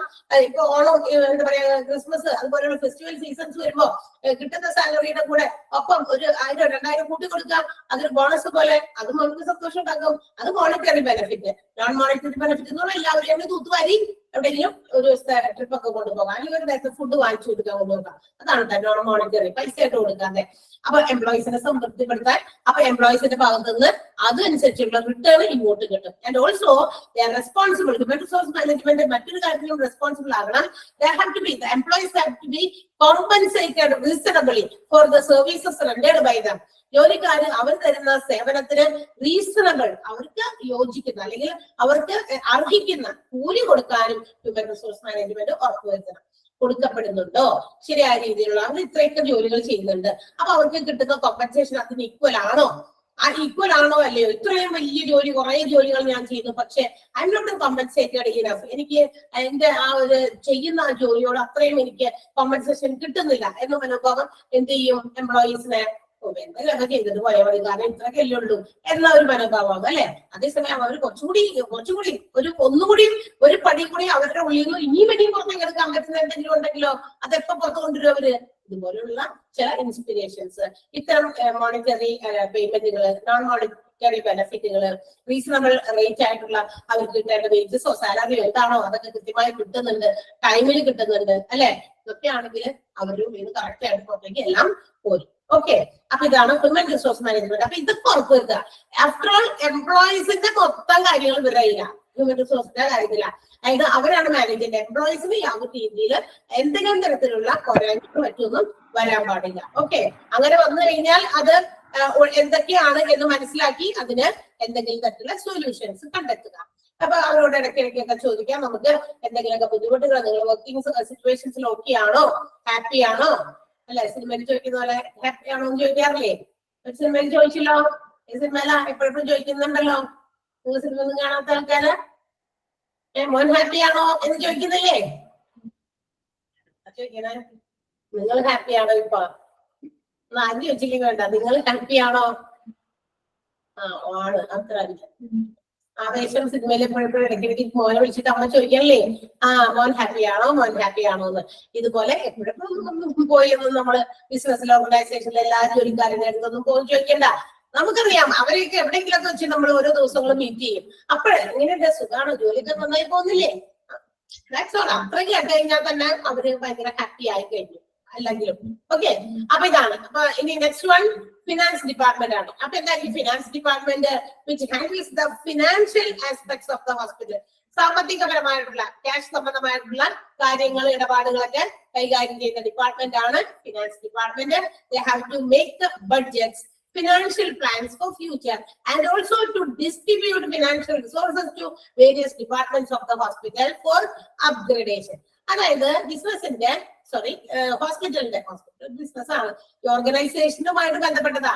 ഏത് ബിസിനസ് സംരംഭങ്ങൾക്കും ഇതൊക്കെ ബാധകമാണ് കേട്ടോ. സാമ്പത്തികപരമായിട്ടുള്ള ഇടപാടുകൾ കൈകാര്യം ചെയ്യുന്നത് ഏത് ബിസിനസ്സിലെയും ഫിനാൻസ് ഡിപ്പാർട്ട്മെന്റ് ആയിരിക്കും. ഇനി ഫിനാൻസ് ഡിപ്പാർട്ട്മെന്റ് സാമ്പത്തിക ഇടപാടുകൾ മാത്രമാണോ കൈകാര്യം ചെയ്യുന്നത്? അല്ല. They have to make budgets. ഭാവിയില് അടുത്ത എന്താ പറയാ ഇയറിൽ, അടുത്ത ഫിനാൻഷ്യൽ ഇയറിൽ നമുക്ക് എന്ത് മാറ്റങ്ങൾ കൊണ്ടുവരണം, ഏതെങ്കിലുമൊക്കെ ഡിപ്പാർട്ട്മെന്റുകളിൽ പുതിയ പുതിയ ടെക്നോളജീസ് കൊണ്ടുവരണോ, എന്തെങ്കിലും മെഷീൻസ് നമുക്ക് ഇൻസ്റ്റാൾ ചെയ്യാനുണ്ടോ, അതിന് എവിടുന്ന് ക്യാഷ് ഉണ്ട്, അതിന് എത്ര രൂപ ഏകദേശം വരാം, ആ ബഡ്ജറ്റ് തയ്യാറാക്കുക. അതുപോലെ തന്നെ ഫിനാൻഷ്യൽ പ്ലാനുകൾ അടുത്ത എന്താ പറയാ വർഷത്തിൽ, നമ്മൾ പുതിയ വർഷത്തിൽ തുടങ്ങി കഴിയുമ്പോൾ പുതിയ പുതിയ ഇൻസ്റ്റാൾ ചെയ്യുന്നുണ്ട്, പുതിയ പുതിയ മെഷീനറീസ് ഓരോ ഡിപ്പാർട്ട്മെന്റുകളിലും. അത് അപ്ഗ്രഡേഷന്റെ ഭാഗമാണ്. അപ്ഗ്രഡേഷൻ എന്ന് പറയുന്നത് എന്താ? ഡെവലപ്മെന്റ്. ഓരോ വർഷവും പഴയതുപോലെ തന്നെ കിടന്നാൽ മതിയോ? നമ്മൾ ഒരുപാട് മാറിയില്ലേ, നമ്മളുടെ എല്ലാ രീതികളും മാറിയില്ലേ? നമ്മൾ പണ്ട് എങ്ങനെയായിരുന്നു ജീവിച്ചിരുന്നത്, ആ രീതിയിലാണോ? ഒന്ന് ബാക്കിലേക്ക് നമ്മൾ തിരിഞ്ഞു നോക്കിയാൽ നമുക്ക് മനസ്സിലാക്കാലോ, അല്ലെ? നമ്മൾ മാറി, നമുക്ക് പിമ്പുള്ളവരൊക്കെ മാറി, നമുക്ക് ചുറ്റുപാട് മാറി, നമ്മൾ കടന്നു വരുന്ന വഴികളിൽ ഒരുപാട് മാറ്റങ്ങൾ വന്നു, അല്ലെ? അപ്പൊ അങ്ങനെ മാറ്റങ്ങൾ കൊണ്ടുവരുമ്പോ വൈ നോട്ട് ഇൻ ഹോസ്പിറ്റൽസ്? അപ്പൊ ഹോസ്പിറ്റൽസിലും ഇത്തരം പുതിയ പുതിയ സംരംഭങ്ങളൊക്കെ, പുതിയ ടെക്നോളജീസ്, ഇപ്പൊ ഏതെങ്കിലും ഡിപ്പാർട്ട്മെന്റിൽ പുതിയ രീതിയിലുള്ള ടെക്നോളജി വന്നിട്ട് മറ്റേത് പഴയതാണ്, അത് അപ്ഡേറ്റ് ചെയ്യേണ്ട കാര്യം കഴിഞ്ഞു, അല്ലെങ്കിൽ അത് മാറ്റി നമുക്ക് പുതിയ മെഷീൻ ഇൻസ്റ്റാൾ ചെയ്യാം. അതുകൊണ്ട് ഒത്തിരി നേട്ടങ്ങളുണ്ട്, അല്ലെങ്കിൽ ഒരുപാട് കാര്യങ്ങൾ, അഡ്വാൻറ്റേജസ് നമുക്ക് പേഷ്യൻസിന് കൊടുക്കാനുണ്ട്. അപ്പൊ അത് കുറച്ചും കൂടി ഇഫക്റ്റീവ് ആണ്, പെട്ടെന്ന് ആ രോഗം മാറാൻ സാധ്യതയുണ്ട്. അപ്പൊ അത് ഇൻസ്റ്റാൾ ചെയ്യണം. അതിന് വേണമെങ്കിൽ ഫണ്ട് വേണ്ടേ? ആ ഫണ്ടിനെ കുറിച്ചൊക്കെ തീരുമാനം എടുക്കുന്നതൊക്കെ ഫിനാൻസ് ഡിപ്പാർട്ട്മെന്റ് ആണ്. And also they have to make wage payment statements. സ്റ്റാഫുകൾക്ക് കൊടുക്കുന്ന കൂലിയും സാലറിയും ഒക്കെ ഉണ്ടെങ്കിൽ അതിന് വേണ്ടിയിട്ടുള്ള സ്റ്റേറ്റ്മെന്റുകൾ ഇവർ തയ്യാറാക്കും. And also they have to oversee the purchase of medical supplies and pharmaceuticals. മരുന്നല്ലാത്ത സാധനങ്ങളൊക്കെ, മരുന്നല്ലാത്ത സാധനങ്ങൾ മറ്റേ നേരത്തെ നമ്മൾ പഠിച്ച പർച്ചേസ് ഡിപ്പാർട്ട്മെന്റ് ഉണ്ട്, അത് മരുന്നുകളൊക്കെ വാങ്ങിക്കുന്നതാണ്. അതല്ലാതെ ഇവർക്ക് ഈ മരുന്നുകളൊക്കെ വാങ്ങിക്കുന്നതിന് വേണ്ട ഫണ്ടുകൾ എത്രത്തോളൊക്കെ വേണം എന്നൊക്കെ ആലോചിച്ച് അതിന് വേണ്ടിയിട്ടുള്ള ഫണ്ടുകളൊക്കെ പ്രൊവൈഡ് ചെയ്യുന്നത് ഫിനാൻസ് ഡിപ്പാർട്ട്മെന്റ് ആണ്. കാരണം ക്യാഷ് വന്നു പോകുന്നത് ഇവരിലൂടെയാണ്. ഒരു ഹോസ്പിറ്റലാകുമ്പോൾ അവിടുത്തെ ഏറ്റവും വലിയ ഇൻകം അവിടെ വരുന്നത് നമ്മുടെ പേഷ്യൻസിൽ നിന്ന് തന്നെയാണ്. പേഷ്യൻസ് നേരിട്ട് കൊടുക്കുന്നതാകാം, അല്ലെങ്കിൽ മെഡിക്ലെയിം, അല്ലെ? മെഡിക്ലെയിം ഉള്ള തേർഡ് പാർട്ടി ഇൻഷുറൻസ് ഉള്ള ആളുകള്, അപ്പൊ ആ ഇൻഷുറൻസ് കമ്പനി പ്രൊവൈഡ് ചെയ്യുന്നതാകാം. ഏതായാലും ആ ക്യാഷ് വരുന്നത് ഫിനാൻസ് ഡിപ്പാർട്ട്മെന്റിലേക്കും അതിൽ നിന്നെടുത്ത് എക്സ്പെൻസസ് ഒക്കെ മീറ്റ് ചെയ്യേണ്ടത് എങ്ങനെയൊക്കെയാണെന്ന് മനസ്സിലാക്കി അതിനുവേണ്ടിയുള്ള ബഡ്ജറ്റുകളും മറ്റു കാര്യങ്ങളും ഫിനാൻഷ്യൽ പ്ലാൻസ് ഒക്കെ നടത്തേണ്ടതാണ് ഫിനാൻസ് ഡിപ്പാർട്ട്മെന്റ്. ക്ലിയർ ആയോ? ഓക്കെ അല്ലേ? Yes, and the last department ആണ് അഡ്മിനിസ്ട്രേറ്റീവ്. ഓരോ ഡിപ്പാർട്ട്മെന്റുകൾക്കും they have their own responsibility to control and manage their department. ഓരോ ഡിപ്പാർട്ട്മെന്റുകളുടെയും ഹെഡുകൾക്ക്, അല്ലെങ്കിൽ ആ ഡിപ്പാർട്ട്മെന്റ് ഹാൻഡിൽ ചെയ്യുന്നവർക്ക് ഒരേ ഒരു ഡ്യൂട്ടി ഉള്ളൂ. അവരുടെ ഡിപ്പാർട്ട്മെന്റ് എങ്ങനെ പോകുന്നു അത് മാനേജ് ചെയ്ത് കൺട്രോൾ ചെയ്ത് സ്മൂത്ത് ആയിട്ട് കൊണ്ടുപോകുക, പുതിയ പുതിയ അപ്ഗ്രഡേഷൻസ് നടത്തുക. അവരവരുടെ ഡിപ്പാർട്ട്മെന്റ് മാത്രം നോക്കിയാൽ മതി. പക്ഷേ ഇത് കുറച്ച് പശക. ഏതാ? Administrative department. അതാണ് നമ്മൾ പഠിക്കുന്ന സാധനം. ഏത്? Hospital administration. അത് പഠിച്ചാണ് നമ്മൾ ആരാകാൻ പോകുന്നത്? Hospital administrator. നമ്മളുടെ ചുമതലയിൽപ്പെട്ടതാണ് ഈ കാര്യങ്ങളൊക്കെ. ഹോസ്പിറ്റലിന്റെ ഡേ ടു ഡേ ഓപ്പറേഷൻസ്, ഒരു ദിവസം നടക്കുന്ന എല്ലാ ഓപ്പറേഷൻസിനെയും നോക്കി കാണുക. നോക്കി ഓക്കെ ശരിയാണ്. അങ്ങനെ അത് വെറുതെ നോക്കി കാണലല്ല, നോക്കുമ്പോൾ ഏതെങ്കിലും തരത്തിലുള്ള ഡിഫക്റ്റുകൾ, എന്തെങ്കിലും തരത്തിലുള്ള പോരായ്മകളൊക്കെ ഏതെങ്കിലുമൊക്കെ മേഖലകളിലോ ഏതെങ്കിലുമൊക്കെ ഡിപ്പാർട്ട്മെന്റുകളിലോ ഏതെങ്കിലുമൊക്കെ സ്ഥല സിറ്റുവേഷനിലോ കണ്ടു കഴിഞ്ഞാൽ, കണ്ണിൽപ്പെട്ടാൽ അതൊക്കെ സോൾവ് ചെയ്ത്, അതൊക്കെ ക്ലിയർ ചെയ്ത്, അതൊക്കെ തിരുത്തി കൊണ്ടുപോകുക, മാനേജ് ചെയ്ത് പ്രോപ്പറായിട്ട് കൊണ്ടുപോകുക. അതാണ് ഹോസ്പിറ്റൽ അഡ്മിനിസ്ട്രേറ്റർ എന്ന് പറയുന്ന ആളുടെ ജോലി, അല്ലെങ്കിൽ ആ ഗ്രൂപ്പ് ഓഫ് ഇൻഡിവിജ്വൽസിന്റെ ജോലി. അതൊന്ന് ഒരാൾ രണ്ടുപേരൊന്നൊക്കെ ആയിരിക്കില്ല ഈ പറയുന്ന ഡിപ്പാർട്ട്മെന്റുകളിലൊക്കെ കൈകാര്യം ചെയ്യുമ്പോൾ, ഒരാളൊക്കെ ആയിരിക്കില്ല കേട്ടോ, ഒരു ഗ്രൂപ്പ് ഓഫ് പീപ്പിൾ ഉണ്ടായിരിക്കും. And also they have to oversee or look after the day-to-day operations of the hospital. ഹോസ്പിറ്റലിന്റെ മൊത്തത്തിലാണ്, ആകെ കൂടിയുള്ള നോട്ടമാണ്, മേൽനോട്ടം. Okay, they have to do the paper works in hospital. ഹോസ്പിറ്റലിൽ ഏതെങ്കിലും തരത്തിലുള്ള പേപ്പർ വർക്കുകളൊക്കെ നടക്കുന്നുണ്ടെങ്കിൽ, പേപ്പർ വർക്ക് നമ്മൾ കേട്ടിട്ടുണ്ടല്ലോ, സ്ഥലമിടപാടുകളൊക്കെ നടക്കുമ്പോൾ പേപ്പർ വർക്കുകൾ നടക്കും അല്ലെ. നമ്മൾ ഏതെങ്കിലുമൊക്കെ ജോലിയുമായിട്ട് ബന്ധപ്പെട്ടിട്ടുള്ള കാര്യങ്ങൾക്ക് വേണ്ടി പോകുമ്പോൾ അവിടെയും നടക്കും പേപ്പർ വർക്കുകൾ. ഹോസ്പിറ്റൽസിലും ഉണ്ട് പലതരത്തിലുള്ള പേപ്പർ വർക്ക്സ്, അതൊക്കെ ഇവരിലൂടെയാണ് നടത്തപ്പെടുന്നത്. And also they have to ensure that every department follows the administrative procedures of the hospital.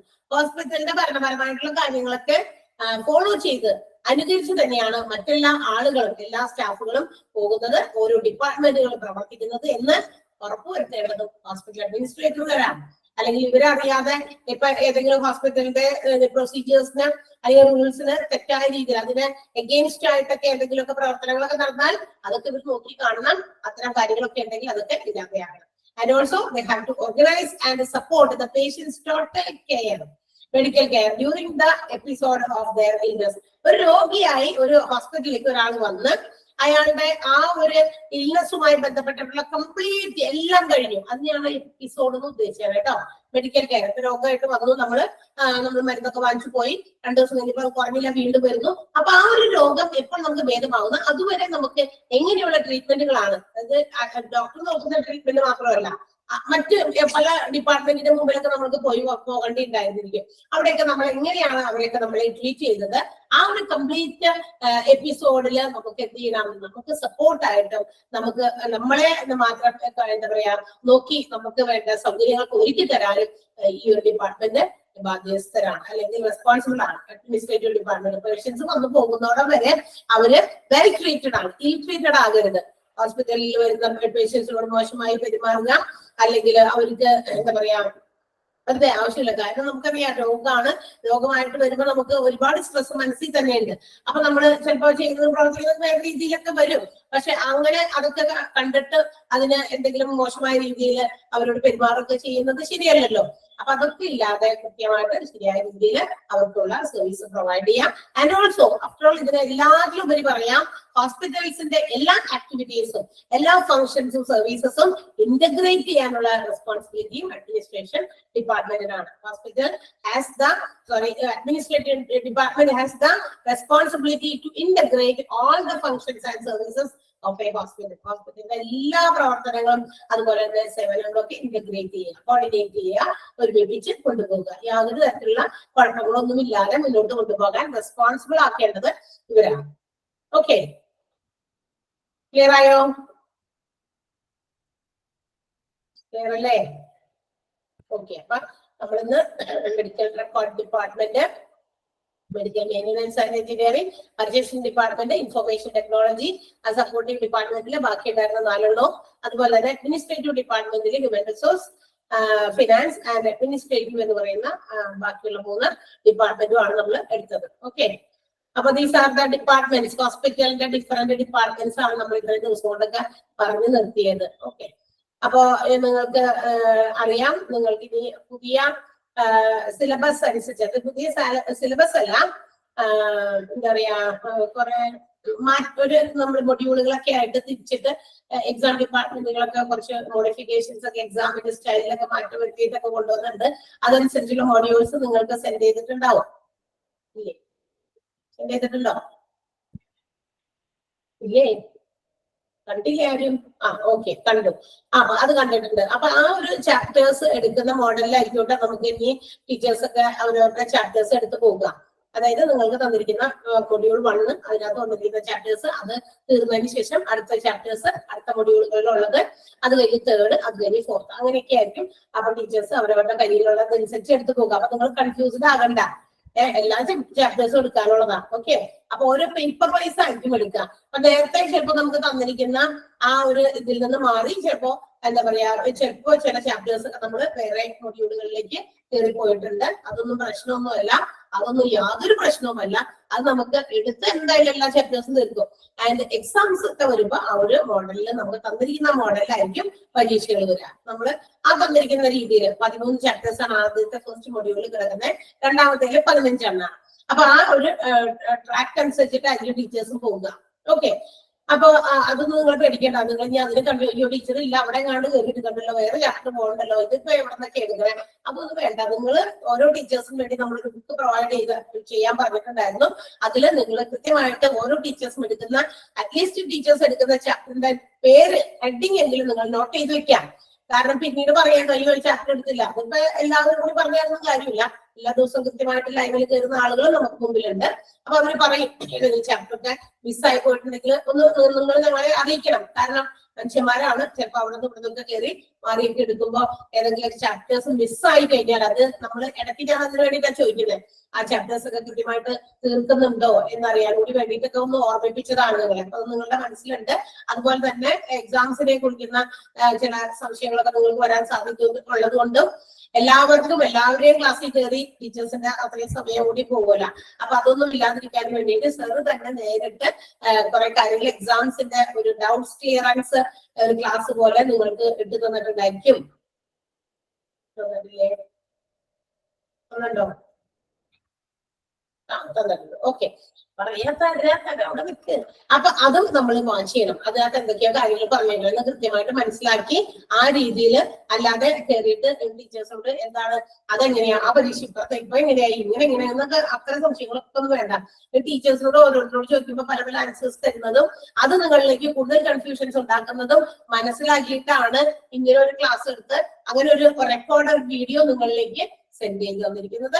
So അവിടെ നിങ്ങൾ പോയിട്ട് അതിന്റെ ഡൗട്ട്സ് ഒക്കെ ക്ലിയർ ചെയ്യുക. ഓക്കെ, ചാപ്റ്റേഴ്സ് ഈ രീതിയിലായിരിക്കും എടുക്കാം. അനി ആ ചാപ്റ്റേഴ്സ് അങ്ങനെ എടുക്കുമ്പോ പറഞ്ഞതുപോലെ തന്നെ ഞാനിപ്പോ എടുക്കാൻ പോകുന്നത് നമ്മളുടെ 4th, നിങ്ങൾക്ക് ഇപ്പൊ പുതിയത് ലേറ്റസ്റ്റ് ആയിട്ട് തന്നിരിക്കുന്ന ആ മൊഡ്യൂളുകൾ അനുസരിച്ചിട്ടുള്ള ചാപ്റ്റേഴ്സ് ആണല്ലോ ഇപ്പൊ എടുക്കുമെന്ന് ഞാൻ പറഞ്ഞേ. പക്ഷെ അതിന് കുറച്ച് വിഹിതമായിട്ട് എടുക്കുന്നത് ഞാനാണ്. കാരണം എന്റെ അടുത്ത മൊഡ്യൂളുകളിലുള്ള ചാപ്റ്റർ കുറച്ച് വലുതാണ്. എനിക്കിപ്പോ തന്നേക്കണെങ്കിൽ എന്റെ മൊഡ്യൂൾ ഓൾറെഡി ഇത് മാത്രമേ ഉണ്ടായിരുന്നുള്ളൂ, തീർന്നു. നേരത്തെ നമ്മൾ ഡിവൈഡ് ചെയ്യുന്നതിന് മുമ്പ് തന്നെ, അതായത് ഈ പുതിയ മോഡലിലേക്ക് ആക്കുന്നതിന് മുമ്പ് തന്നെ എനിക്ക് തന്നിരുന്ന ചാപ്റ്റർ അടുത്തത് ഇതാണ്. വായിക്കാൻ പറ്റുന്നുണ്ടോ?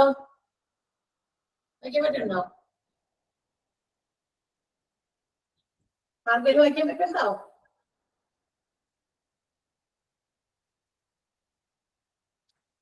Okay, medical insurance. Yes, medical insurance എന്ന് പറയുന്ന ചാപ്റ്റർ ആണ്. അതെവിടെ കിടക്കണമെന്ന് അറിയാമോ? അത് നമ്മളുടെ 4th മൊഡ്യൂൾ. ഇപ്പൊ നിങ്ങൾക്ക് ലേറ്റസ്റ്റ് ആയിട്ട് സെൻഡ് ചെയ്തിരിക്കുന്ന ആ ഒരു പാറ്റേൺ അനുസരിച്ച് 4th മൊഡ്യൂളിലാണ് കിടക്കണേ. നെവർ മൈൻഡ്, പക്ഷെ ഞാൻ ഇതാണ് എടുക്കാൻ പോണേ.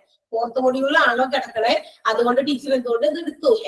എനിക്ക് തന്ന പോർഷൻസ് ഈ ഫസ്റ്റില്ലാത്ത തീർന്നു.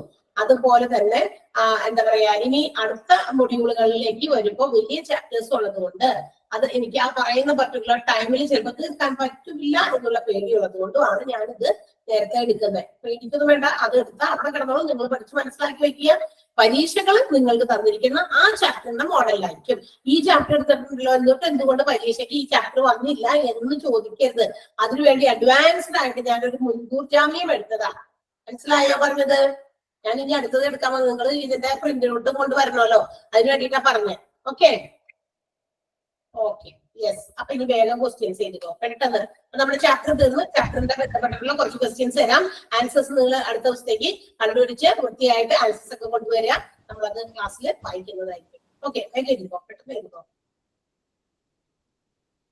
Yes, first question, physiotherapy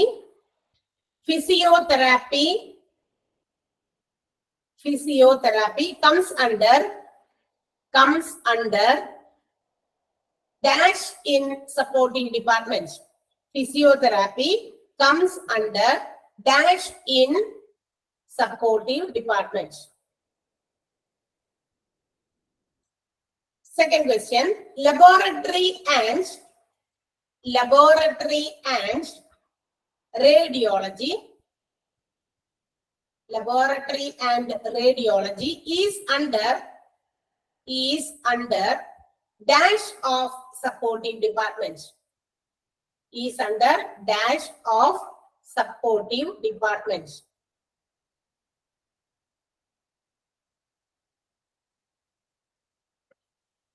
Next one, medical departments are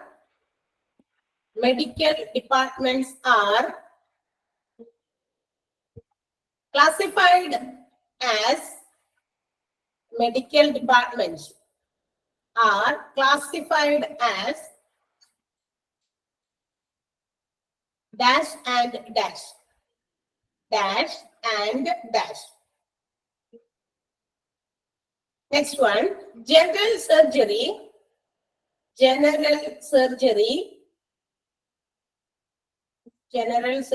is included in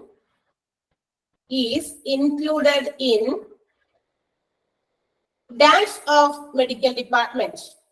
Dash of medical departments.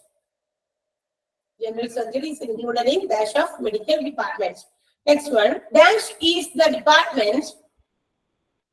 Dash is the department.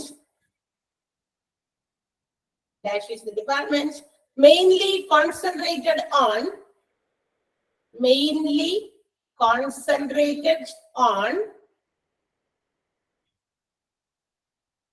concentrated on providing quality patient care to elderly people. Quality patient care to elderly people. Next one, labor rooms and maternity wards. Labor rooms and maternity wards. Labor rooms and maternity wards are dash services in medical departments. Dash services in medical departments.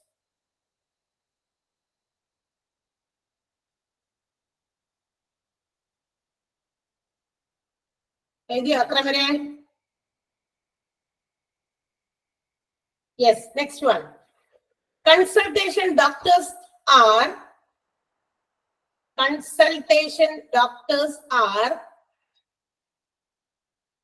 Consultation doctors are usually appointed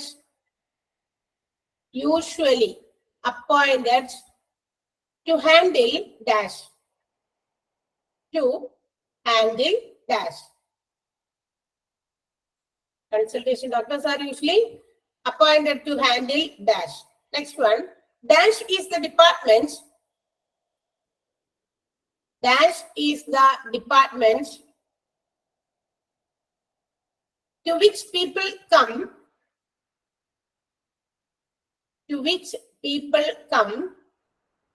To the hospital.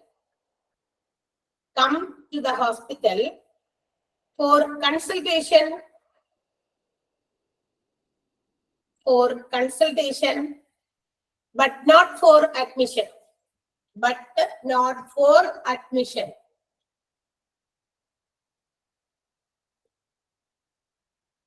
Next one, casualty and emergency departments.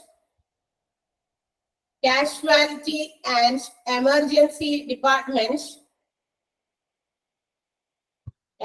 and emergency department are also called dash.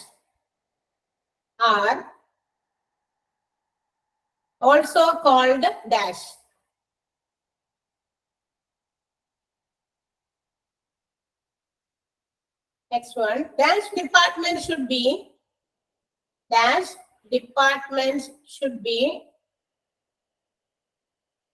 well equipped with.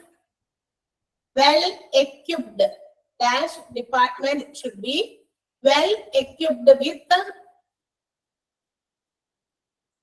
all kinds of emergencies. kinds of emergencies. Well equipped with all kinds of emergencies. Next one. The biggest area of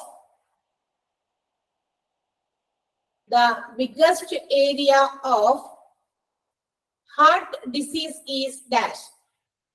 Heart disease. The biggest area of heart disease is dash.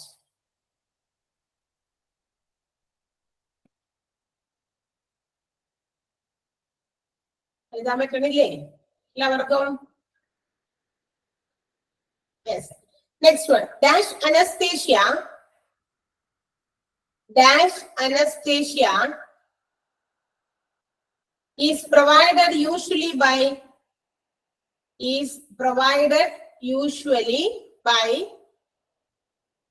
dentist. Yes, dentist. Dash anesthesia is usually provided by dentist. Next one. Patient's blood pressure.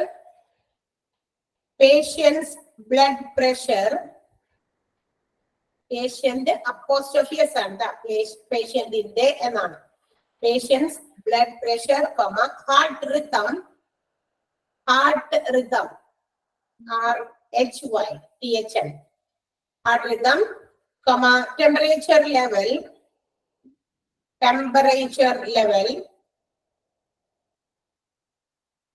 etc. are monitored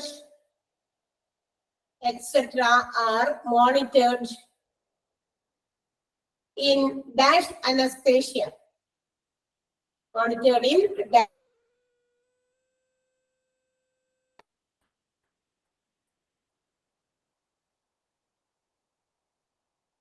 Next one. Critical care unit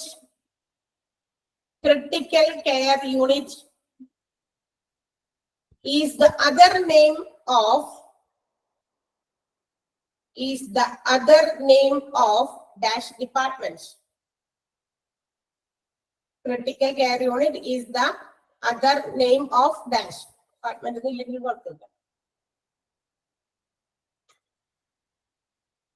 Next one.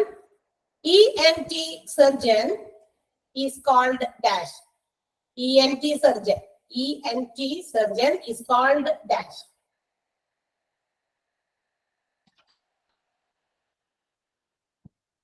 Next one. Tear duct problem is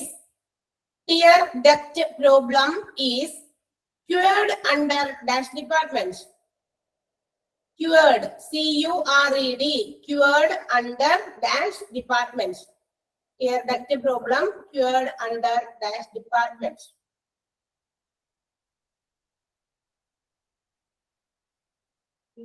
Next one. Endocrine system includes dash.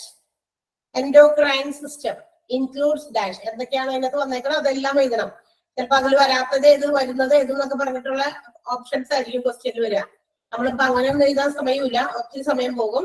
അതുകൊണ്ടാണ് questions മാത്രം. അപ്പൊ പ്രത്യേകിച്ച് concentrate ചെയ്യേണ്ട ഭാഗങ്ങളുടെ questions ഒക്കെയാണ് തന്നേക്കണം കേട്ടോ. Endocrine system includes dash. Next one. Dash is the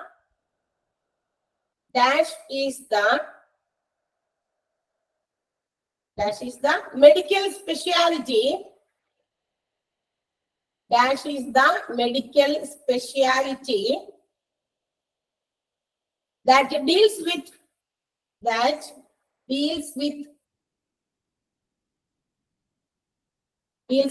the study of hormones. Deals with the study of hormones and hormone related to glands. Hormones related to glands.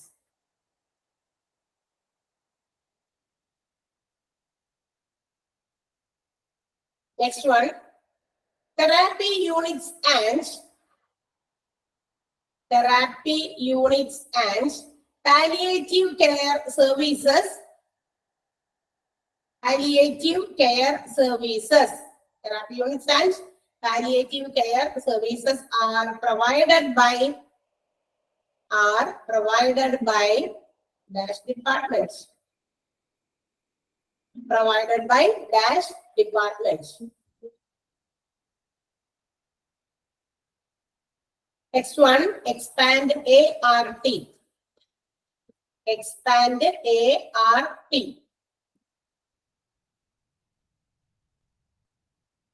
Next one, electrolyte disturbance and electrolyte disturbance. Electrolyte disturbance and hypertension. Hypertension are treated in dash. Are treated in dash.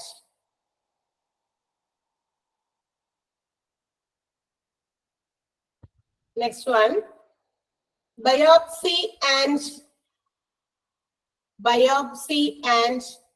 surgical resection of tumors. Biopsy and surgical resection of tumors are done in dash oncology. Are done in dash oncology.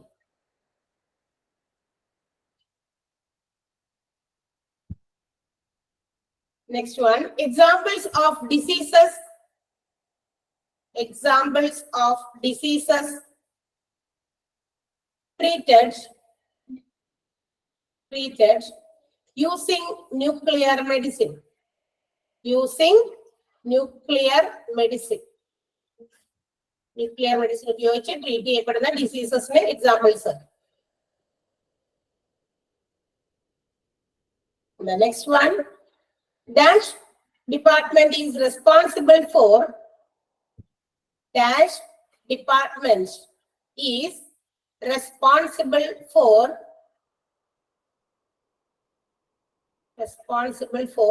integrating various functions and services of hospital. Various functions and services of hospital.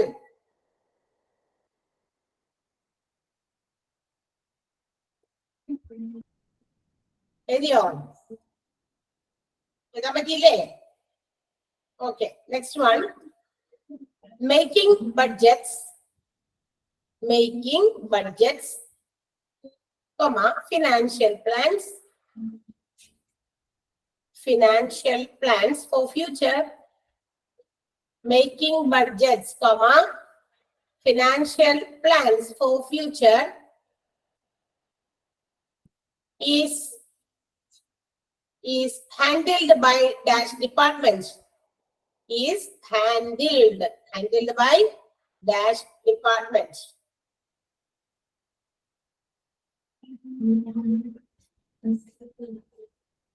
Next one, dash department aims, dash department aim, AIMS, aims of recruiting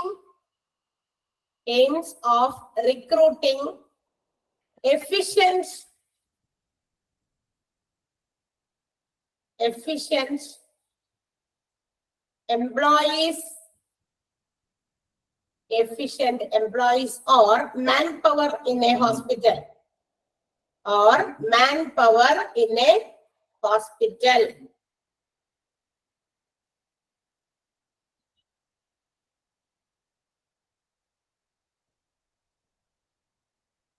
Next one, the department that handles recording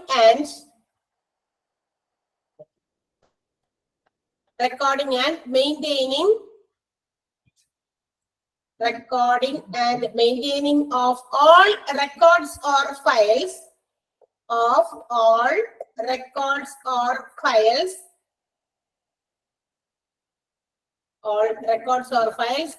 inpatients as well as outpatients. Okay, അത്ര മതി. എത്ര question എഴുതി നമ്മള് പറഞ്ഞേ? എത്രാമത്തെ question? Last number 27. 27. ആ, അത്രയും questions ഒക്കെ ആൻസർ കണ്ടുപിടിച്ച് നല്ല നല്ല കുട്ടികളായിട്ട് എല്ലാവരും ആൻസർ ചോദിക്കുന്ന അവർ വേഗം വേഗം പറയാൻ റെഡി ആയിട്ട് വന്നോളൂ കേട്ടോ. ആൻഡ് അതിനോടൊപ്പം തന്നെ മെഡിക്കൽ ഇൻഷുറൻസിന്റെ ചാപ്റ്ററിന്റെ പ്രിന്റും എടുത്ത് പിടിച്ചിട്ട് വരിക കേട്ടോ. അപ്പൊ നമ്മള് ഇനി എന്തുകൊണ്ട് അവിടെ പോയി എടുത്തെന്നുള്ള സൊല്യൂഷൻ ഇവിടെ പറഞ്ഞു കഴിഞ്ഞു. ഇനി വീണ്ടും ഇടയ്ക്കിടയ്ക്ക് സംശയങ്ങളുമായിട്ട് വരരുത്. Okay okay, C. Thank you, ma'am. Okay, thank you once again.